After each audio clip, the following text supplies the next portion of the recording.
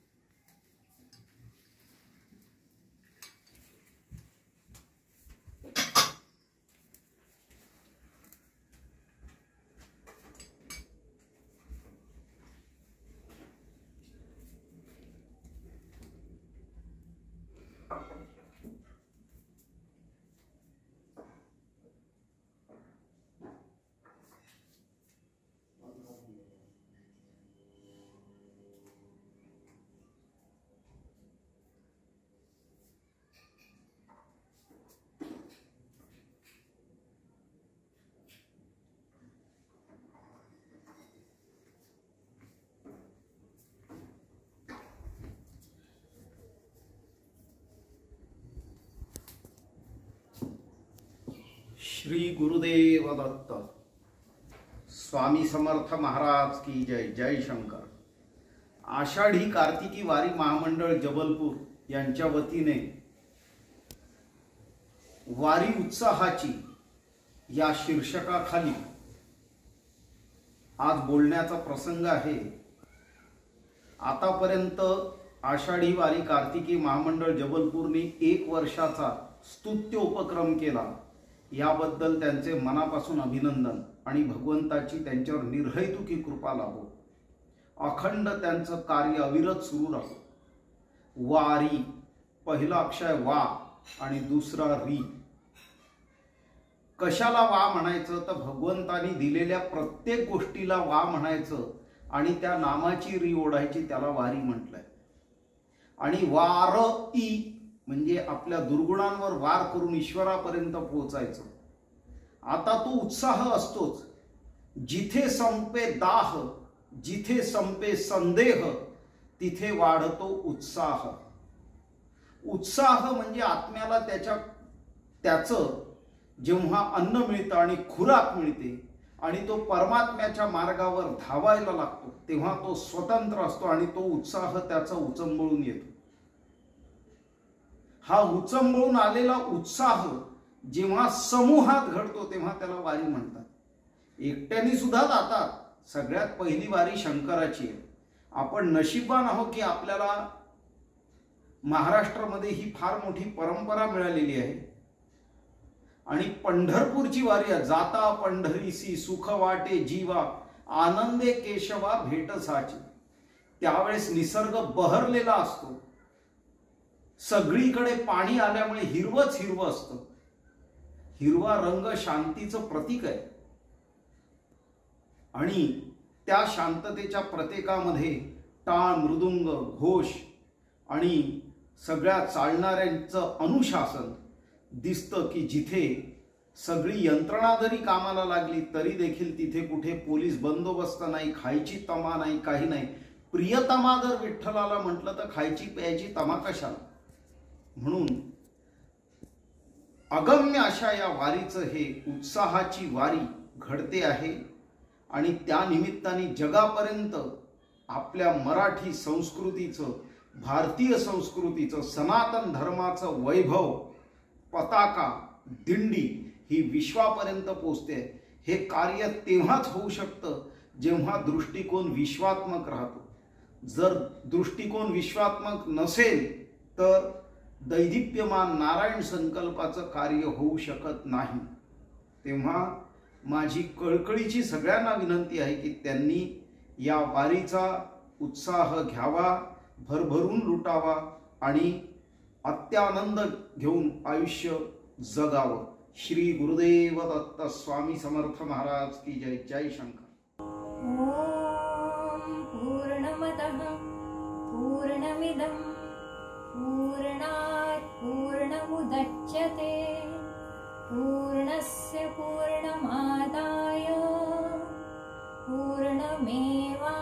वशिष्यते। ओम शांति शांति शांतिः। ईशावास्योपनिषदच्या या श्लोकात असे सांगितले गेले आहे की सच्चिदानंद स्वरूप परब्रह्म सर्व प्रकारे पूर्ण आहे आणि हे दृश्य जगत सुद्धा पूर्णच आहे। जरी पूर्ण परब्रह्मातून हे पूर्ण जगत व्यक्त स्थितीत आलेले असले तरीही या पूर्ण ब्रह्माच्या पूर्ण स्थितीला अडथळा येत नाही। ते आहे तसेच पूर्ण राहते। तेव्हा त्या पूर्ण स्थितीला म्हणजे विठू माऊलीला नमन करून या वर्षीच्या म्हणजे ई वारीला आरंभ करूया। यश प्राप्त करण्याची प्रत्येक माणसाची इच्छा असते, परंतु बऱ्याच वेळा असे दिसून येते की प्रत्येकाला यश मिळत नाही। हे का होते? या संदर्भात बरीच कारणे आहेत, परंतु मुख्यत्वे यशाच्या कमतरतेमागील कारण म्हणजे ध्येयाच्या प्रति उदासीनता, विचार आणि कृतीत योग्य समन्वयाचा अभाव।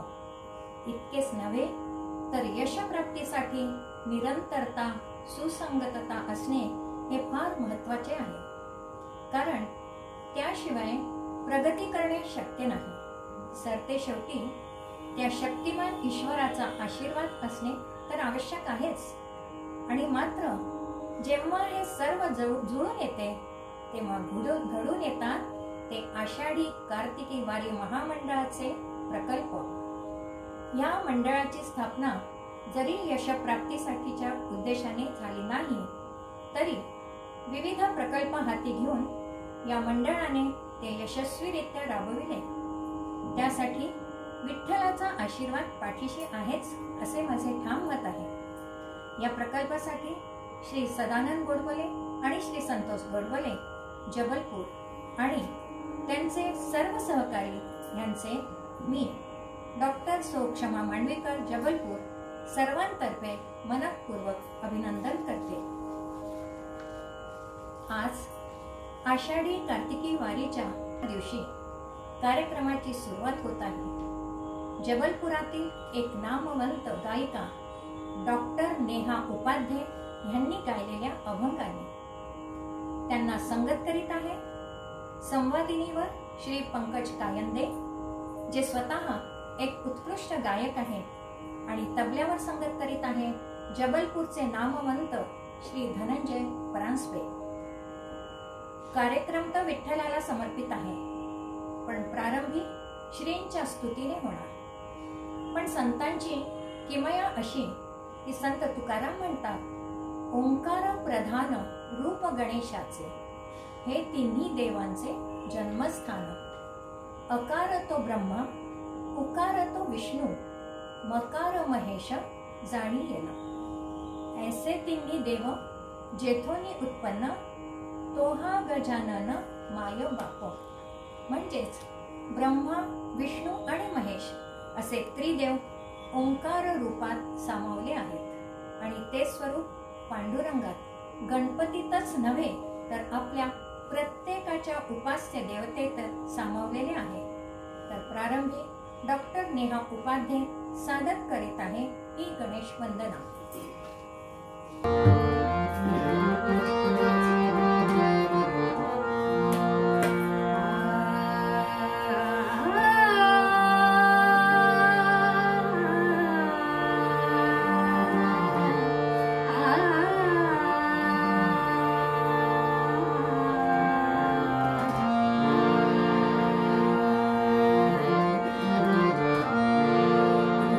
कृपेने दिन उगले हा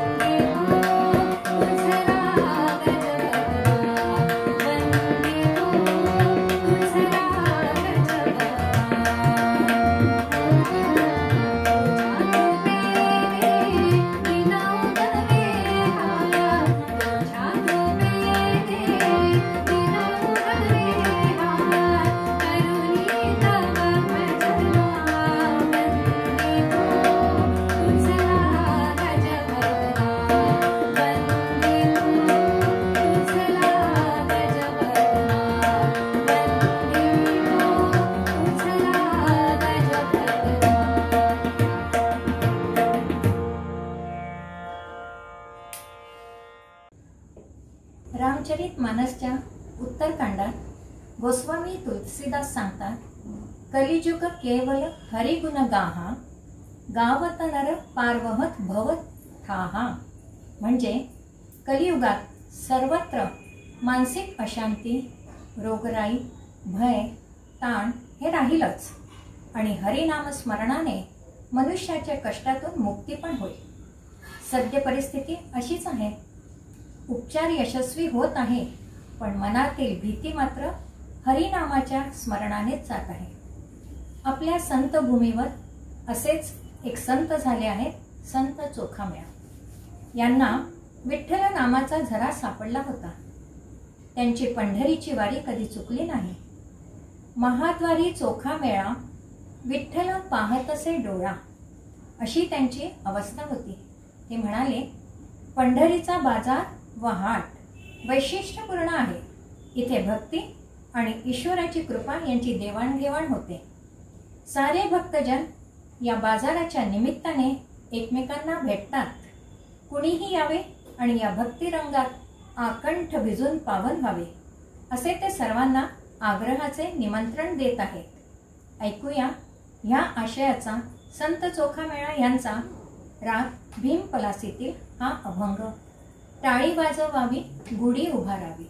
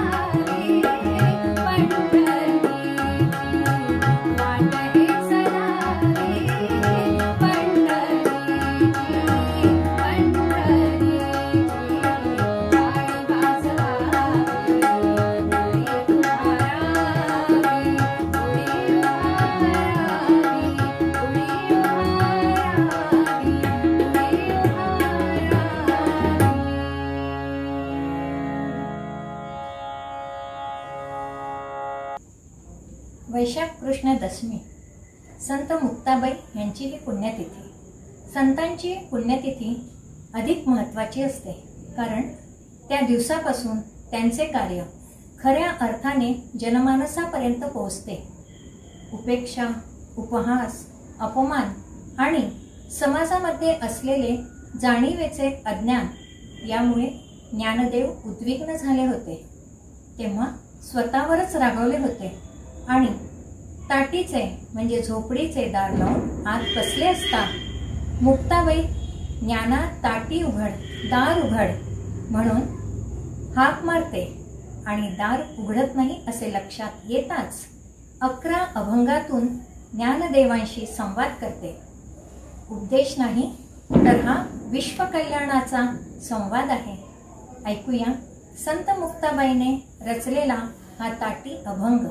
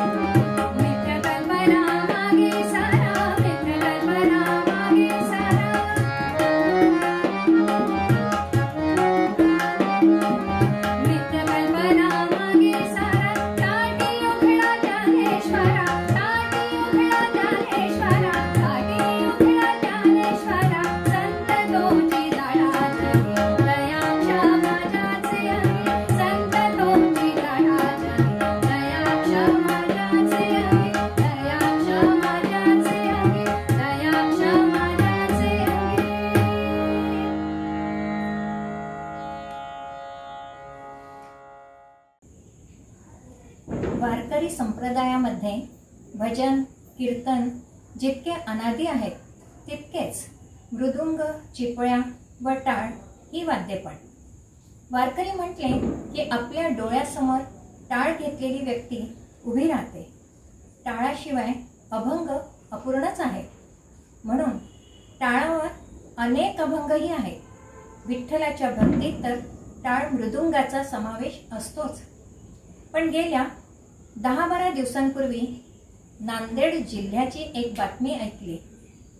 जिल्हा अधिकाऱ्यांचे लक्ष वेधण्यासाठी वारकरी बंधू टाळ मृदुंग वाजवून आपले आंदोलन करीत होते.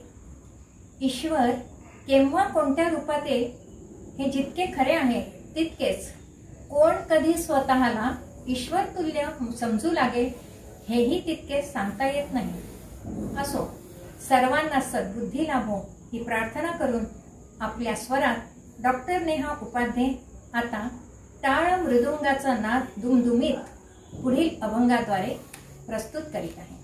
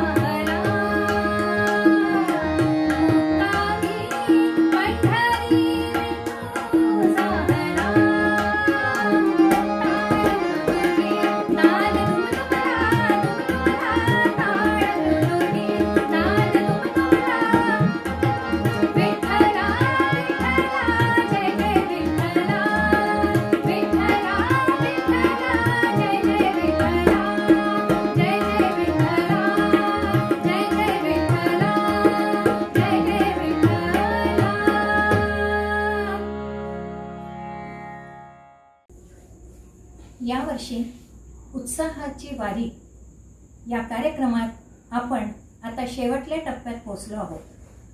शंकराचार्यांनी धर्माची व्याख्या करताना असे म्हटले आहे की समाज व्यवस्था उत्तम राहणे, प्रत्येक प्राणी मात्रांची ऐहिक आणि पारलौकिक उन्नती होणे या गोष्टी ज्याच्यामुळे साध्य होतात तो धर्म। आपल्या ऋषीमुनींनी जगाला तर अनेक प्रकारच्या उदात्त मंत्रांची देणगी दिली आहे। त्यांच्यात कुठेही कोणालाही कोणत्याही प्रकारे परपीडनाचा भाव लेशभरही पाहायला मिळत नाही। वर्तमान काळातील एका साधक विदुषीने तर म्हटले आहे की जसे बिझनेस चालवण्यासाठी बिझनेस मॅनेजमेंट शिकण्याची आवश्यकता आहे, तसेच जीवन आनंदपूर्ण बनवण्यासाठी जीवनाचे मॅनेजमेंट शिकण्याची आवश्यकता आहे। आणि जीवनाच्या मॅनेजमेंटमध्ये समग्र शास्त्र आहे, सनातन धर्म। सनातन धर्म असे म्हणत नाही की ईश्वर प्राप्तीसाठी एकच ठराविक साचेबंद मार्ग आहे। थोर संत महात्म्यांनी दाखविलेल्या अनेक मार्गांपैकी कोणत्याही एका इष्ट मार्गाची निवड करण्याचे किंवा स्वतःच एखादा नवीन मार्ग शोधून काढण्याचेही स्वातंत्र्य सनातन धर्मात आहे। संत ज्ञानेश्वर म्हणतात, सगुण निर्गुण दोन्ही विलक्षण, ब्रह्म सनातन विठ्ठलहा। तर सादर आहे संत ज्ञानेश्वरांचा हा अभंग।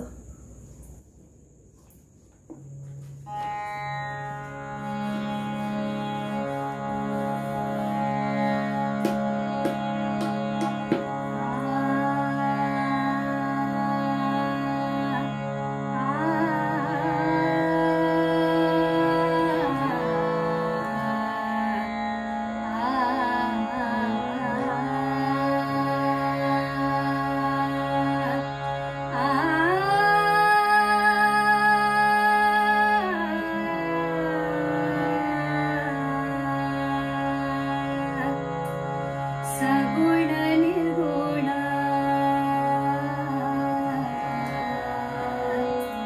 सगुण निर्गुण दोन्ही विलक्षण, सगुण निर्गुण